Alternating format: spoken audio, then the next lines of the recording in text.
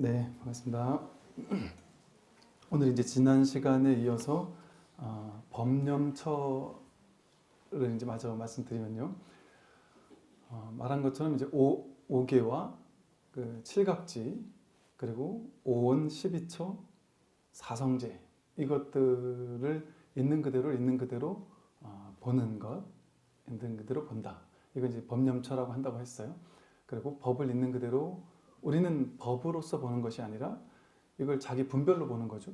그래서 우리 눈에는 모든 게 다 분별된 대상으로 보이고, 분별된 대상이라는 말 자체에서 보듯이, 분별이라는 말에서 보듯이 말이나 우리가 알고 있는 모든 생각은 전부 다 둘로 나뉜 거예요. 내가 저것을 본다.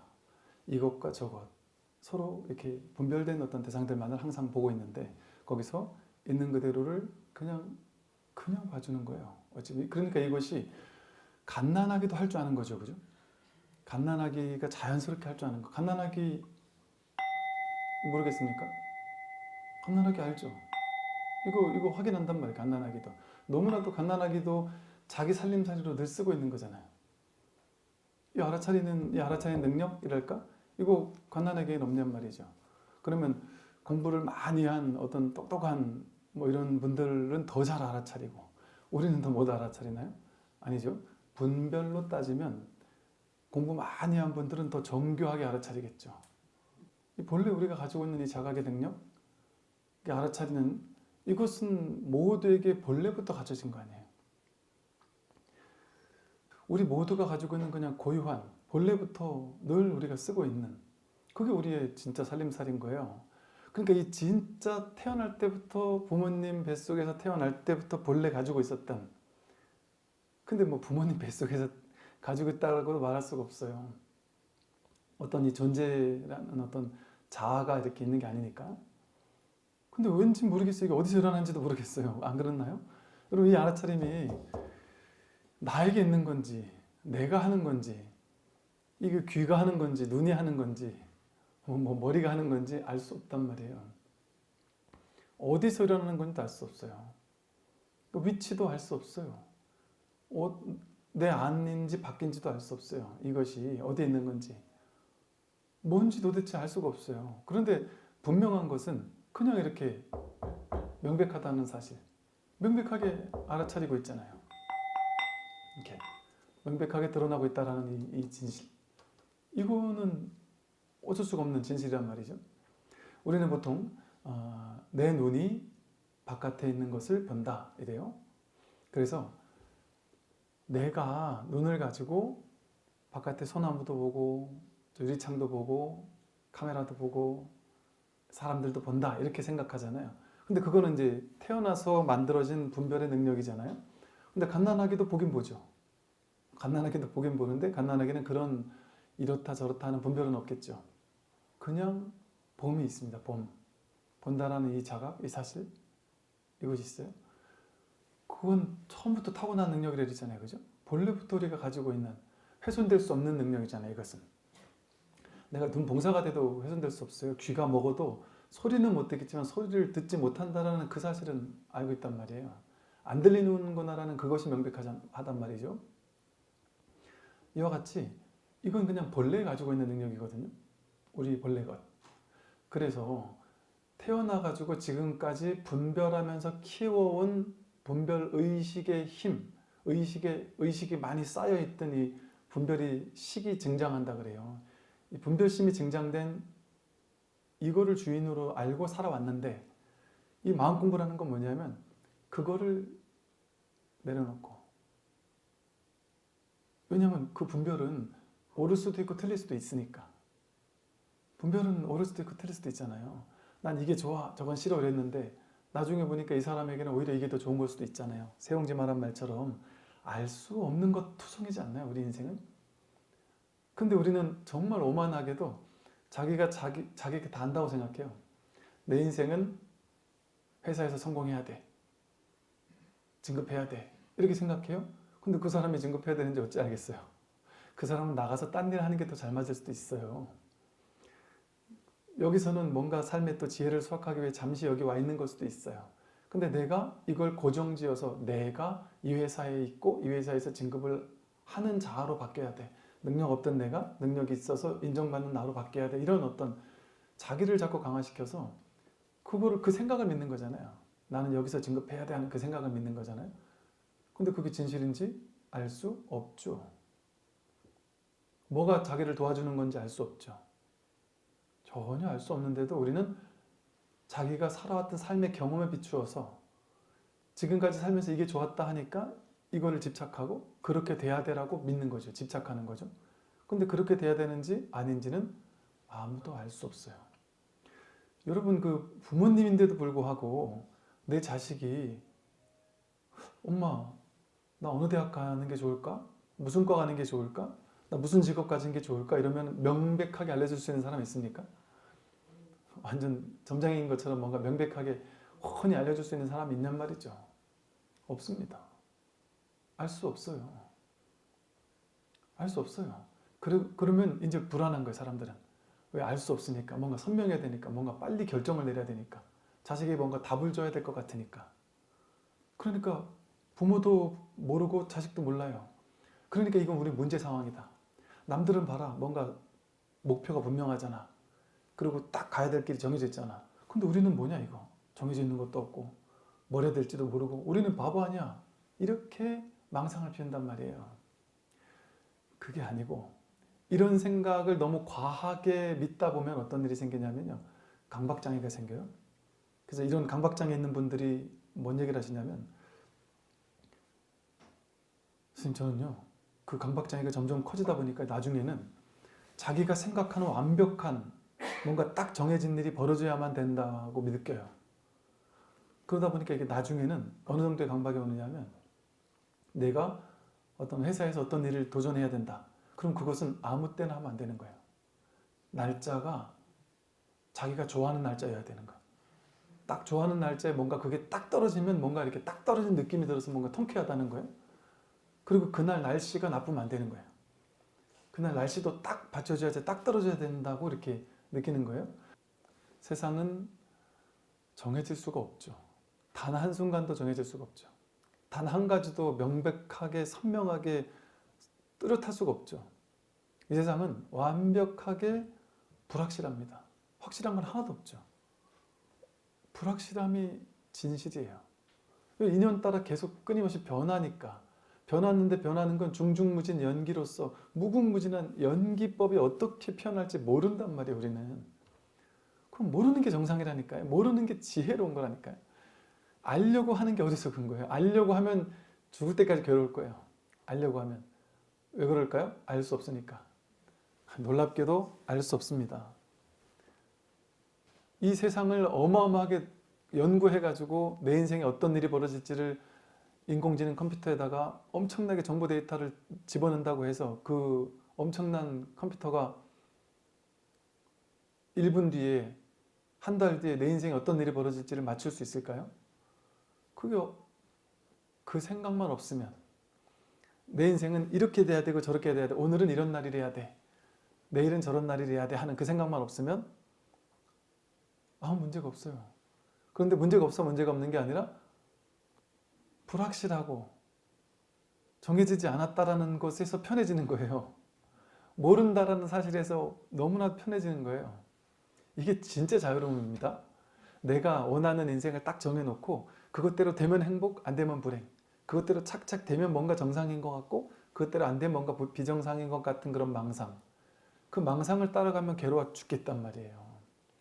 그런데 세상은 본래 모르는 것이구나. 혼란스러운 것이 바로 무질서가 질서인 거예요. 무질서가. 혼돈의 신, 혼돈의 신에게 동서남북에 있는 신들이 거하게 대접을 받고 나서는 뭔가 선물을 줘야 되겠는데 무슨 선물을 줄까? 이 혼돈은 눈, 코, 입이 없단 말이에요.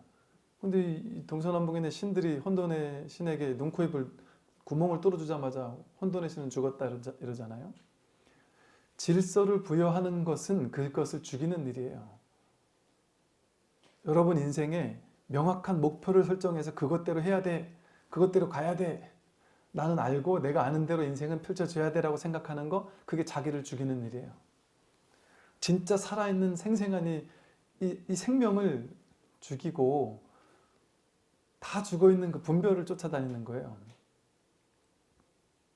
괴로움만 양산해내는 그건 분별을 쫓아다니는 거예요. 분별은 지가 안다고 생각해요. 너 인생은 이렇게 되면 절대 안 돼. 너 인생은 이렇게만 돼야 돼. 너 인생은 이렇게 되면 안 되고 저렇게 돼야 돼. 그걸 안다고 생각한단 말이에요. 그걸 안다고 생각하니까 우리가 지금까지 여러분 모르는 마음으로 살아본 적 있습니까? 안다고 생각하고 이렇게 돼야 될 게 있고 저렇게 돼야 될 게 있잖아요. 그러면 괴로워져요. 내가 계획한 게 있으니까 오늘 상주 대원정사에 아침에 10시까지 가서 법문을 듣고 점심 먹고 오후에도 법문 듣고 이제 무사히 집에 도착하고 뭐 이런 식의 뭔가 계획을 세웠다. 그러면 그 사이에 어떤 일이 벌어질지 어찌 알 수 있겠어요. 뭔가 사고가 나 고속도로에 사고가 있어서 뭐 한 몇 시간을 고속도로에 서 있다가 법문을 못 들을 수도 있고 이를테면 알 수 없단 말이에요. 세상은. 알 수 없는 세상을 알 수 없도록 허용해 줘야 돼요. 무상하게 변해가는 재행무상의 세상을 변해가도록 그냥 허용해 준단 말이죠. 사실은 차가 막혀서 못 가는 상황이나 차가 뚫려서 가는 상황이나 사실은 다르지 않아요. 다르지 않다는 게 뭐냐면 거기 실제 있는 건 뭐냐면 그냥 알아차림 뿐이에요. 차가 막힐 때 막 빨리 뚫렸으면 좋겠고 이런 마음이 있겠지만 그 생각이 없으면 그 생각을 내려놓으면 실제 벌어지고 있는 일은 뭐냐면 조금 전까지만 해도 차가 막혀서 막 화가 나고 짜증스럽고 막 이러던 마음 상태였는데 순간 그 생각을 내려놓으니까 그 생각이 없으면 어떨까요? 그냥 나는 편안한 의자에 앉아서 오른발을 까딱까딱 하면서 그냥 이러고 편안하게 앉아있는 그러면서 음악을 들으면서 아름다운 음악을 들으면서 이 계절을 느끼면서 그냥 의자에 편안한 의자에 앉아있는 사람이에요. 아무 문제 없는 사람이에요. 근데 자기 생각을 믿어요. 야, 나 회사에서 이 큰 일을 중요한 일을 시켰는데 이거 몇 시까지 도착해야지만 되는데 근데 차가 너무 많이 막혀서 도저히 못 도착할 것 같아요. 그래가지고 큰일 났다 생각하겠지만 사실은 더 빨리 도착하는 게 큰일 난 걸 수도 있죠. 어쩌면 더 빨리 도착하려고 정상 시간에 가다가는 거기서 난 어마어마한 큰 사고에 내가 죽을 수도 있죠. 근데 그거 안 죽게 하려고 이 우주 법계에서 넌 아직 죽을 때가 안 됐어 싶어서 그럴 수도 있단 말이죠. 뭐 말하자면. 그리고 그 회사하고 막 큰 어떤 사업을 따내기를 위한 계획이었어요. 근데 내가 늦게 가가지고 이 사업을 못 떼냈다. 그럼 우리는 실패라고 생각하지만 그렇게 할 수 있을까요? 나중에 우리 회사라고 안 하고 딴 회사랑 해가지고 나는 회사에서 욕을 엄청 먹고 진급도 안 되고 했어요. 나중에 알고 봤더니 그 회사가 딴 회사랑 하다가 그 회사가 완전히 이 회사한테 사기당해가지고 망했다. 그럼 나중에 이제 이 회장님이 사장님이 뭐라 그러겠어요? 야, 너가 그때 그 사업 안 딴 것 덕분에 우리가 살았다. 그럴 수도 있을 거란 말이죠. 세상은 알 수 없다. 눈앞에 벌어지는 일만 가지고 어떻게 알 수가 있겠어요? 그러니까 알 수 없음에 익숙해지면 실제 여기에 그냥 있을 수 있어요. 법을 법으로 관할 수 있어요. 그냥 이렇게 차가 막히는 상황은 차 막혀서 죽겠다는 상황이 아닌 거예요. 그냥 이렇게 앉아있는 상황인 거예요. 그럼 분별할 수 있는 게 아니란 말이에요. 그러니까 저희 은사스님 모시고 이렇게 제가 시봉하고 다닐 때 한참 당신도 젊으실 때고 그러니까 막 초청법회 같은 게 전국에 많았어요. 그러면 이제 항상 초청법회를 다니면 시간이 늦어가지고 제가 자꾸 시간을 옆에서 보면서 막 좀 빨리 가라고 막 이렇게 눈치를 주고 그러면 그냥 은사스님은 그냥 뭐 이렇게 차가 막히면 고속도로에서 차가 딱 막히고 있으면 야 내가 요즘에 이제 막 달리는 차에서 도시락을 싸고 다녔거든요. 먹으면 얹힐까봐. 아 이 불신 도문이 얹히지 말라고 법계에서 이렇게 차를 다 막히게 해준 거 아니냐고. 그러면서 도시락 풀어! 밥을 맛있게 드세요. 그것도 이게 진짜인지 모르겠는데 밥을 딱 드시고 나서 뭐 딱 덮으면 또 쭉 뚫려요. 봤지? 이러면서 막 우스개 반으로 이러면서 그 처음엔 제가 당신이 법계를 조정하시나? 제가 그때 20대 젊은 나이였으니까 이게 도인이라고 생각하고 출가했으니까 야 역시 도인은 다르구나 막 나중에 보니까 은사스님이 법계를 조정하는 게 아니라 법계에 그냥 순응하시고 있구나. 법계가 이렇게 펼쳐지든 저렇게 펼쳐지든 거기에 그냥 뭐 토를 달지 않으시는구나 쉽게 말해. 내 생각을 내세워서 이렇게 돼야 된다 저렇게 돼야 된다 막 그런 생각을 하지 않는구나. 그렇게 되면 문제가 없어요. 문제 있는 것도 문제가 없는 거란 말이죠. 문제가 있는 것도.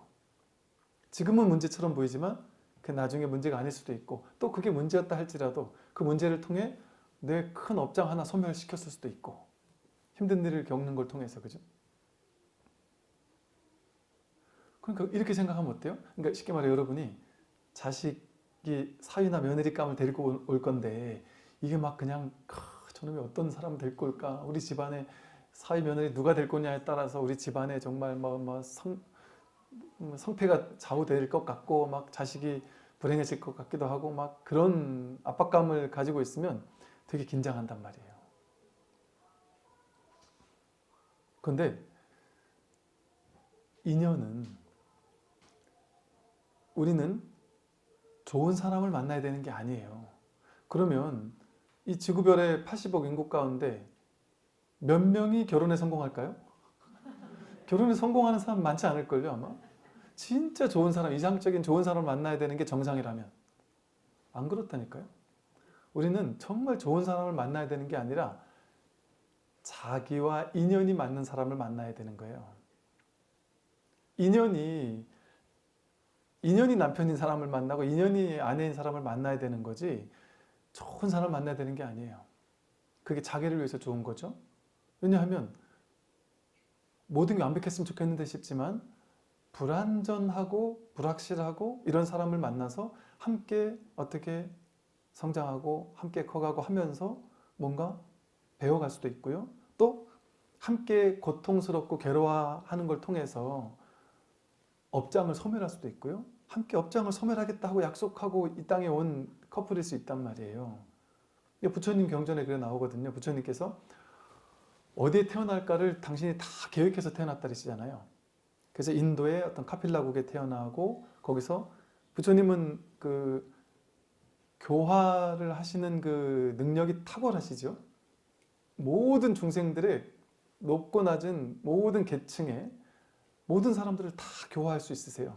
왜냐하면 왕자 수업을 받아서 왕들을 교화하는데 말하고 이러는 것이 그 수준이 전혀 떨어지지 않았죠. 상당히 유능했죠. 근데다가 또 이 6년 동안 고행의 길을 걸으면서 그야말로 걸식하고 다니면서 모든 사람들의 또 어려움이나 이런 것들도 다 느끼고 그들을 찾아다니면서 이렇게 밥을 빌어서 먹어야 됐었고 그러면서 그 모든 것들을 다 그 인연을 그렇게 교화하기에 가장 적절한 인연으로 카필라국을 택해서 그 왕과 왕비를 택해서 갔다는 그런 말을 쓴단 말이에요. 어머니가 부처님을 낳자마자 돌아가시는 것조차 인연이었단 말이에요. 그 고통을 통해서 이 왕자는 어릴 때부터 왜 왕인데 왕비였는데 돌아가셔야 되지? 이거는 왕이라고 해도 어쩔 수 없는 거구나. 죽고 사는 문제는. 이런 어떤 근원적인 고민들을 할 수 있었단 말이죠. 출가에 대한 마음을 품을 수 있었단 말이죠. 근데 그것을 보고서는 이야 역시 부처님은 대단하다. 부처님쯤 되니까 막 저렇게 태어날 때 어디서 태어날지 딱 정해서 태어나는구나 이렇게 생각하잖아요. 근데 그게 하나의 방편의 말이에요. 말하자면 그렇게 말할 수 있다는 소리거든요. 인연 따라 그렇게 모든 게 인연에서 어긋나지 않는다는 말이겠죠. 그럼 그 부처님만 그러겠냔 말이에요. 자기가 부처거든요. 우리 모두가 그렇다는 소리거든요. 그러니까 그걸 이제 구체적으로 좀 우리가 알아듣기 쉽게 설명하면 우리가 다 이 부모님을 만나야만 했던 거예요. 내 마음에 안 드는 부모님이라도 돈 없어서 나를 뒷받침을 못 해주는 부모님이라 할지라도 그 부모님을 만났어야 되는 거예요. 부모님을 원망할 필요가 1도 없는 거예요. 왜? 자기 인연에 없는 건 나타날 수가 없어요. 세상에. 다 자기가 끌어당긴 일이에요. 자기에게서 나온 일이거든요. 결혼의 인연도 마찬가지예요. 자기 직장 인연도 마찬가지고. 그러니까 어떤 인연인지 모르잖아요. 우리가 직장을 내가 더 오래 할 수 있는지 여기서 그만둬야 될지를 모르잖아요. 모르니까 최선은 다해야 돼요. 최선을 다할 뿐. 그러나 모르니까 결과는 내맡기고 사는 거예요. 그런데 그걸 확실히 알 수 있느냐? 알 수 없는 게 진리예요. 알려고 하면 안 돼요. 그럼 난 최선을 다하는 것까지. 그리고 그 결과는 알 수 없다. 알 수 없으면 어떻게 돼요? 알 수 없으면 익숙해지면 어떻게 될까요? 마음속으로 집착은 안 하겠죠. 반드시 이 회사에서 오래 남아야 돼 하는 집착은 안 하겠죠. 알 수 없으니까. 나는 알 수 없어 이거잖아요. 그죠? 근데 누구는 알 수 있어요? 이 법계는 알아요. 인연은 알아요. 그러면 인연이 알아서 하겠죠. 나는 모르는데 법계가 아니까 법이 살아가도록 해야지 내가 살도록 하면 안 된단 말이에요. 근데 우리는 내가 살도록 하니까 내 생각을 가지고 내 생각이라는 게 얼마나 조금밖에 모르는 거예요. 정말 이 인연법 전체를 내 생각으로 판단을 못하죠. 내 안에 어떤 업이 있는지를 어떻게 판단할 수 있겠어요. 나는 모른다니까요. 나는 어리석은 분별망상하는 어리석은 모르는 사람이에요. 나는. 그러니까 내가 진리가 되면 어떻게 될까요? 모름에 편안해져요. 모름을 당연하게 허용한단 말이에요. 나는 모른다에 오케이 한단 말이에요. 그러니까 삶이 어떻게 펼쳐지라는 말을 안 해요. 어떻게 펼쳐져도 상관하지 않아요. 그리고 그 모든 것을 허용하고 모든 것을 받아들여요. 즉각. 내가 삶을 받아들이지 않아요. 내가 삶을 받아들이면 둘로 쪼개지잖아요. 내가 있고 받아들여야 될 게 있잖아요. 그건 진짜 받아들임이 아니에요. 그냥 이거는 저절로예요. 저절로. 그냥 삶 전체가 그냥 저절로 이렇게 흘러가고 있단 말이에요. 그냥 통째로 받아들여지고 있잖아요. 받아들인다는 말도 없이. 그냥 이 자체가 그냥 온전한 허용인 거예요. 틈없이. 내가 받아들이려는 노력을 조금이라도 했다. 그거는 아직 공부가 안 된 거죠. 그러니까 본래가 그런 거예요. 본래가 삶이. 이게 법인 거거든요. 법이. 그러니까 법이 법으로서 법이 법을 보려면 법이 법으로서 그대로 이렇게 드러나도록 하려면 어떻게 해야 돼요? 내가 내 삶을 통제하려고 하는 거 그건 어리석은 거예요. 내가 없는데 어떻게 내 삶을 통제합니까? 내가 세상을 어떻게 통제합니까? 그래서 그것을 탁 내려놓으면 거기는 뭐 할 게 없어요. 그러나 아무것도 안 하지 않아요. 최선을 다해 살아요. 무엇이든 최선을 다해서 열심히 살아요. 열심히 사니까 될 건 되고 안 될 건 안 돼요. 이게 진리예요. 부처님 인생 어땠어요? 될 건 되고 안 될 건 안 됐잖아요. 부처님 인생. 좋은 일만 벌어지지 않았잖아요. 좋은 일도 벌어지고 나쁜 일도 벌어졌잖아요. 그게 진실이라니까요. 우리 부처님처럼 우리도 부처님 같이 하잖아요. 우리도 부처님 같이 이런 노래도 있잖아요. 그럼 부처님 같이 사는 게 어떻게 사는 거예요? 부처님 인생 파란만장했거든요. 태어나자마자 어머님이 죽었죠. 부처님 가족 석가족이 멸망했죠. 사리불목건녀는 먼저 죽었죠. 심지어 칼에 맞아 죽기도 했죠. 부처님은 엄청나게 외도들한테 모함을 당했어요. 욕도 많이 먹었고 쫓아다니면서 깡패들 누가 붙여가지고 부처님 나올 때마다 막 돌 던지고 욕하고 그런 일도 있었단 말이에요. 온갖 그런 일들이 있는 그게 부처님의 삶이에요. 근데 그런 일만 있었느냐? 교화를 잘해서 무수히 많은 사람들이 부처님 법문을 들으러 구름대처럼 몰려드는 일도 있었어요. 그러니까 좋은 일도 있었고 나쁜 일도 있었네요. 그죠? 승승장구하고 술술술술 풀리기만 하지 않았네요. 그죠? 그게 우리도 부처님 같이 사는 방법이에요. 비법이에요. 그런 삶을 어떻게 살면 될까요? 지금 그러고 살지 않으셨나요? 지금까지 우리 삶이 그러지 않았습니까? 지금까지 우리 삶을 보면 술술술 풀리기만 하지 않았잖아요. 어떨 땐 풀렸는데 어떨 땐 안 풀렸잖아요. 꽉 막힌 것처럼 안 풀렸잖아요. 그것을 왜 허용하지 못했을까요? 그렇게 되면 안 된다라는 자기 생각을 믿고 있었으니까. 그 생각이 옳다고 믿었으니까. 그 생각 진짜 옳은 거 맞을까요? 모릅니다. 오직 모를 뿐이에요. 알 수 없습니다. 그렇기 때문에 이 12처라고 했어요. 눈 깊고 혐없듯이 색성향 미촉법을 탁 만날 때 그냥 뿐이에요. 뿐. 내가 저것을 본다 이런 분별이 일어나는 게 아니라 그냥 볼 뿐, 들을 뿐, 삶을 경험할 뿐, 삶이 이렇게 경험될 뿐. 실제로는 일어남, 사라짐 그뿐이에요. 그러니까 그 어떤 것도 나를 묶지 못해요. 나를 사로잡지 못해요. 내가 어디에도 묶여있지 않아요. 족쇄에 채워지지 않았습니다. 그래서 이 12처를 관하는 것을 대남처경에서 이렇게 말해요. 수행자는 6 내입처와 6 외입처의 법에서 법을 알아차린다. 어떻게 비구가 6가지 안팎의 입처라는 법에서 법을 알아차리는가? 비구는 눈을 알아차리고 형색을, 눈에 보이는 색깔, 형색을 알아차리며 이 2가지를 조건으로 일어난 족쇄를 알아차린다. 그는 전에 없던 족쇄가 어떻게 일어나는지 알고 어떻게 사라지는지 안다. 사라진 족쇄가 어떻게 하면 다시 일어나지 않는지 안다. 그는 귀를 알아차리고 소리를 알아차린다. 이러면서 눈 깊고 혀몸 뜻을 다 이렇게 얘기를 하거든요.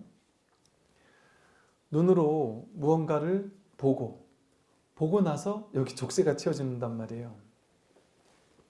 왜 어떤 게 족쇄예요? 눈을 보고는 난 이런 거 좋은 거 보고 싶어. 좋은 사람은 자꾸 만나고 싶어. 싫은 건 보기 싫어. 소리를 듣고 난 이런 소리는 더 듣고 싶어. 칭찬은 더 듣고 싶어. 층간소음을 듣고는 난 이런 소리는 듣기 싫어. 이 소리는 나를 죽이는 소리야. 난 괴라 죽을 것 같아. 이런 식으로 특정한 거를 선택해서 듣고 싶어하고 특정한 건 듣기 싫어한단 말이죠. 취사 간택심을 일으킨단 말이죠. 그것 때문에 괴롭잖아요. 그게 자기를 묶고 있잖아요. 사로잡고 있잖아요. 그게 인생의 족쇄 아닙니까? 그 족쇄는 누가 만든 거예요? 자기가 만들었어요. 볼 때는 볼 뿐이고 들을 땐 들을 뿐인데 그렇게 뿐이 안 된단 말이죠. 보고 나서 해석하고 판단하고 분별해서 좋은 거 나쁜 거 해석하고 좋은 건 더 갖고 싶어서 안다라고, 더 갖고 싶은데 못 가지니까 괴롭고, 싫은 건 내 인생에 없애고 싶은데 없어지지 않으니까 괴롭고. 그게 족쇄잖아요. 그거 말고 다른 족쇄가 있습니까? 그 족쇄를 풀어버린다면 어떤 일이 있겠어요? 볼 때는 그저 보는 그 알아차림이에요. 들 땐 듣는 알아차림 그뿐이에요. 어떤 소리를 듣고 좋다 나쁘다라는 게 없단 말이에요. 그럴 뿐이란 말이죠. 냄새 맡고 맛보고 감정 느끼고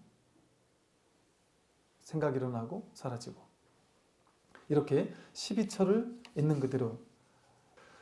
또 이제 마지막으로 이제 그 사성제를 관한다라는 거예요. 이건 이제 법을 보는 거거든요. 괴로움이라는 것, 우리가 괴로운 이유는, 우리가 마음 공부를 하는 이유는 괴로움 때문이잖아요. 괴로움을 해결하고 싶은 거잖아요.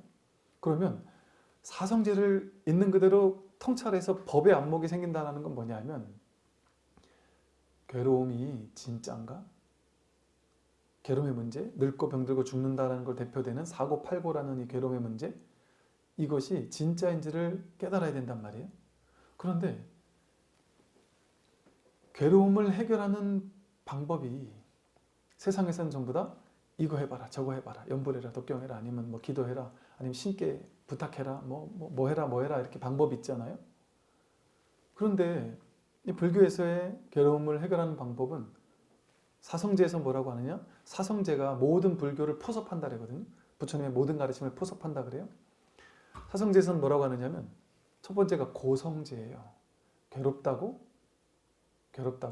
그래서 괴로워 미치겠다고, 그런데 괴로워 미치겠다 하면서 괴로움을 분노하고 원망하고 미워하고 하지 않고, 그걸 일단 잠깐 유보하고, 괴로움, 내가 괴로움이라고 이름 붙이는 그게 일어날 때 거기에 있어라는 거예요. 그걸 진짜로 보라는 거예요. 분별로 보니까 괴로움으로 해석되잖아요. 괴로움이라고 해석됐던 어떤 일이 벌어지잖아요. 근데 그게 내 해석일 뿐이었는지, 내 분별일 뿐이었는지, 아니면 진짜 괴로움이 맞는지를 통찰해 보라는 거예요.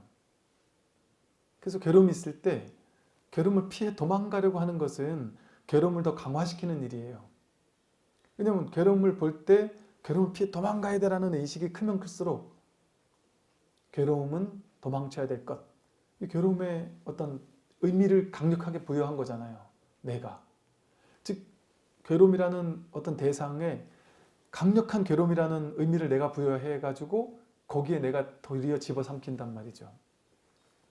그래서 괴로움에서 벗어나려고 애쓰면 애쓸수록 괴로움은 더 나를 옥죄는 것으로 작용을 해요.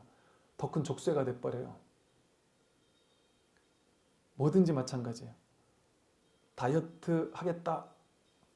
가볍게 하면 될 수도 있고 안 될 수도 있는데 절대적으로 해야 돼 하고 집착을 하면 안 먹어야지 하는데 집착하다가 나중에 폭식증으로 바뀌죠. 거식증이 폭식적으로 이렇게 왔다 갔다 하거든요. 한쪽의 극단을 쥐고 있으면 상대 극단이 덩치를 키우고 있단 말이에요. 그래서 순식간에 나를 집어삼켜버려요. 그래서 불교는 괴로움을 없애버리는 거, 싸워 이기는 거 그런 걸 하지 않아요. 괴로움이 있을 때 괴로움이라고 내가 이름 붙이고 있잖아요. 그 이름을 붙이지 않고 그냥 그 자리에 있어 보는 거예요. 그걸 그냥 허용하고 인정하고 그거를 해석하고 판단하고 분별하지 않은 채 그걸 있는 그대로 보는 거예요. 그럼 그 말은 뭐냐? 그 자리에 있는 것 뿐이 돼버리는 거예요. 그럴 뿐. 그러면 내가 괴로워가 아니라 그냥 지금 이 상황 속에 그냥 있는 거예요. 이걸 말로 하니까 알아차린다, 그걸 허용한다 이러지만 이 말은 곧 무슨 말이냐면 하나가 된다는 뜻이에요. 알아차린다는 건 진짜 알아차림은 내가 그것을 알아차리는 게 아니에요. 그냥 알아차릴 뿐이란 말이에요. 내가 저 소리를 듣는 게 아니라 그냥 이것뿐이거든요.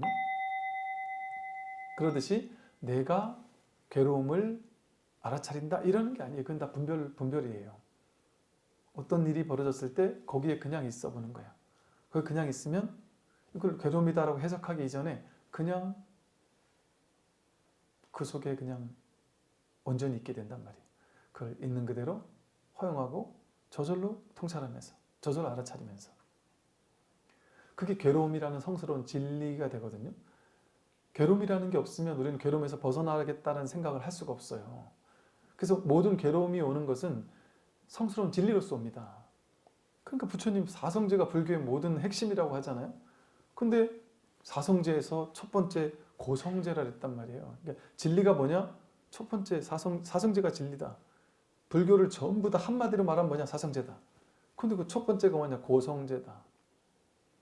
괴로움이라는 것은 없애버려야 될 것이 아니라 성스러운 진리다. 근데 내가 괴로움이라고 해석하고 이것 때문에 해석하고 이걸 없애버려야 되라고 하고 그러면 그것은 괴로움이 되어서 나를 집어삼킨다. 그런데 그것이 성스러운 진리인 줄 알고 해석하고 판단하지 않고 그냥 거기 있을 때 그때 그것은 성스러운 진리가 돼버린단 말이에요. 삶 자체가 통으로 진리가 돼버린단 말이에요. 괴로움이 본래 없으니까. 괴로움은 나의 해석일 뿐이니까. 그런데 그것을 내가 해석해가지고 이건 좋고 저건 나빠 이렇게 분별하니까 그 괴로움이 괴로움으로서 작용한 것 뿐이잖아요. 막 뜨거운 불길이 있어서 그 불길을 피하고 싶어 죽겠단 말이에요. 그 대스님에게 물었다고요, 제자가. 뜨거운 불길이 있는데 어떻게 하면 되겠느냐. 어디로 피하면 되겠습니까? 했더니 불길 속으로 피해라 이랬단 말이에요. 불길 속으로 뛰어드는 거는 더 죽는 일 같잖아요. 근데 불길 속으로 피하라 했단 말이에요. 불길 속으로 가는 게 진짜 피하는 거예요. 왜? 불길 주변에서 불길 때문에 뜨거워 죽겠다라고 하면 옆에 있으니까 둘이니까 뜨겁잖아요. 근데 불길 속으로 들어가서 불이 돼버리면 어때요? 불은 불이 뜨거운 줄 알아요? 불은 뜨거움이 없어요. 그냥 그럴 뿐이지. 괴로움이 있을 때 그 괴로움에서 도망치겠다, 벗어나겠다 그렇게 하는 것이 아니라 그 괴로움을 거기 그 현장에 있는 거예요. 그 있는 그대로 본단 말이에요. 그럼 우리가 지금까지 왜 괴로웠는지 집성제가 고성제, 집성제가 드러난다고요. 내가 생각으로 이런 일이 벌어지고 저런 일은 벌어지면 안 돼. 이건 괴로움이야. 이런 일이 벌어지면 안 돼. 이런 식으로 내가 분별했기 때문에 벌어지면 안 돼라는 한 생각 때문에 그게 벌어지니까 괴롭잖아요. 그게 원인이었던 거 아니에요? 내가 분별했던 게 원인 아니었어요? 내가 이런 일은 벌어지면 안 돼라는 그 생각이 없으면 버려져야 되는지 안 버려야 되는지 나는 몰라. 내가 모르니까 내가 안다는 생각을 주지 않겠죠. 근데 삶 전체가 그냥 통찰하는 것 뿐이거든요. 있는 그대로일 뿐이거든요. 그러니까 허용하게 된단 말이에요. 그러니까 내 생각 분별을 주지 않아요. 분별을 쥐니까 괴로웠단 말이에요. 분별심이 있으니까 괴로웠단 말이에요. 그러니까 분별심이 12가지로 나뉘는 걸 12연기라고 했어요. 12가지 분별이 그냥 순식간에 일어난단 말이에요. 그리고 분별을 쥐니까 괴로웠단 말이죠. 그러니까 분별하지 않으니까 괴로움이 저절로 사라진단 말이죠. 그게 괴로움의 원인을 제거하는 거예요. 그게 12연기의 순간 역관을 통해서 12연기가 이게 전부 다 통으로 분별일 뿐이었구나. 그럼 그 분별을 내려놓는단 말이죠. 그러면 고집 멸성제가 드러난단 말이죠. 내가 이렇게 돼야 돼 하고 집착하니까 괴로웠는데 이것 때문에 괴로웠구나. 이걸 내려놓으니까 이렇게 돼야 돼가 없죠. 어떻게 돼야 된다는 생각이 없죠. 그러니까 멸해버렸잖아요. 괴로움의 원인이 소멸돼 버렸잖아요. 내가 반드시 이래야 돼 했는데 그것 때문에 괴롭구나 해서 이걸 내려놓으니까 멸했잖아요. 자기 분별이 멸했더니 멸성제가 열반이에요. 해탈이고. 자기 분별 때문에 괴로웠는데 분별이 사라지니까 저절로 멸해지죠. 괴로움이 사라지죠. 이렇게 한번 멸성제를 딱 맛보게 된단 말이에요. 그 다음에 도성제가 있는 거예요. 그러고 나면 그때 이제 수행이 필요해요. 근데 그 수행은 억지로 갈고 닦는 유의 조작의 수행이 아니에요. 그 사는 게 수행이에요. 어떻게 사느냐? 승가에 몸을 담고 사는 거예요. 바른 법문을 꾸준히 듣는 거예요. 법과 함께하는 삶을 사는 거예요. 또 내가 그러더라도 왜 수행이 필요하냐면 멸성제로 한 번 멸했더라도 한 번 내가 이 법의 자리를 한번 확인했다 할지라도 내가 누군지를 한번 확인했다 할지라도 법이 딱 드러났어요. 대문자 D 단마가 됐단 말이에요. 이렇게 됐더라도 오랫동안 내가 살아오면서 익혀왔던 분별의 습관을 단박에 조급복할 수가 없단 말이죠. 그러니까 나는 분명히 깨달았는데 왜 옛날하고 똑같지? 이런 일이 반드시 벌어집니다. 왜 똑같이 분별하지? 왜 똑같이 화가 나지? 왜 똑같이 막 끌려다니지? 이런 일이 벌어진다니까요. 그러니까 그때부터 수행이 필요한데 도성제가 필요한데 그 도성제는 중도라 그랬어요. 억지로 하는 게 아니에요. 어떤 걸 취하거나 버리는 게 아니에요. 취하거나 버릴 때 곧장 중도. 이건 취했구나. 극단에 치우쳤구나. 그거를 확인하니까 알아차리는 거예요. 그러면 저절로 중도의 자리에 딱 쓴단 말이에요. 중도의 자리가 따로 있지 않아요. 치우치지만 않으면, 끌려가지만 않으면 그게 그냥 중도라고 이름 붙인 거지. 근데 어디에도 어느 극단에도 머무는 게 아니니까, 머물러 집착하는 게 아니니까. 그러니까 중도라는 이름을 쓰고 머무는 법 없이 마음을 낸다. 응무소주 이생기심이라는 말을 쓰고 했던 것이죠. 그러니까 그러기 위해서는 이 법문을 꾸준히 듣고 또 법을 자꾸 이렇게 경전이나 어록 같은 걸 통해서든 스승을 통해서든 이 공부를 계속하고 법문을 계속 듣는 걸 통해 내가 평소에 또 일상생활에서는 어떻게 하느냐? 공부를 계속하는 것을 하고 또 일상에서는 저절로 관이 되는 측면이 이제는 드러납니다. 그전에는 깨닫기 전에는 억지로 윗바사나를 해야 되는 줄 알고 억지로 관해야 되는 줄 알았는데 여러분 억지로 관이 됩니까? 그래서 저절로 삶을 살면서 이렇게 저절로 이게 윗바사나가 되어진단 말이죠. 그러면서 멸성제 이후에 도성제를 오래오래 좀 해야만 이 공부가 이제 원만해진다 하는 것을 볼 수가 있어요. 오늘 여기까지 말씀을 드리도록 하겠습니다. 수고하십시오.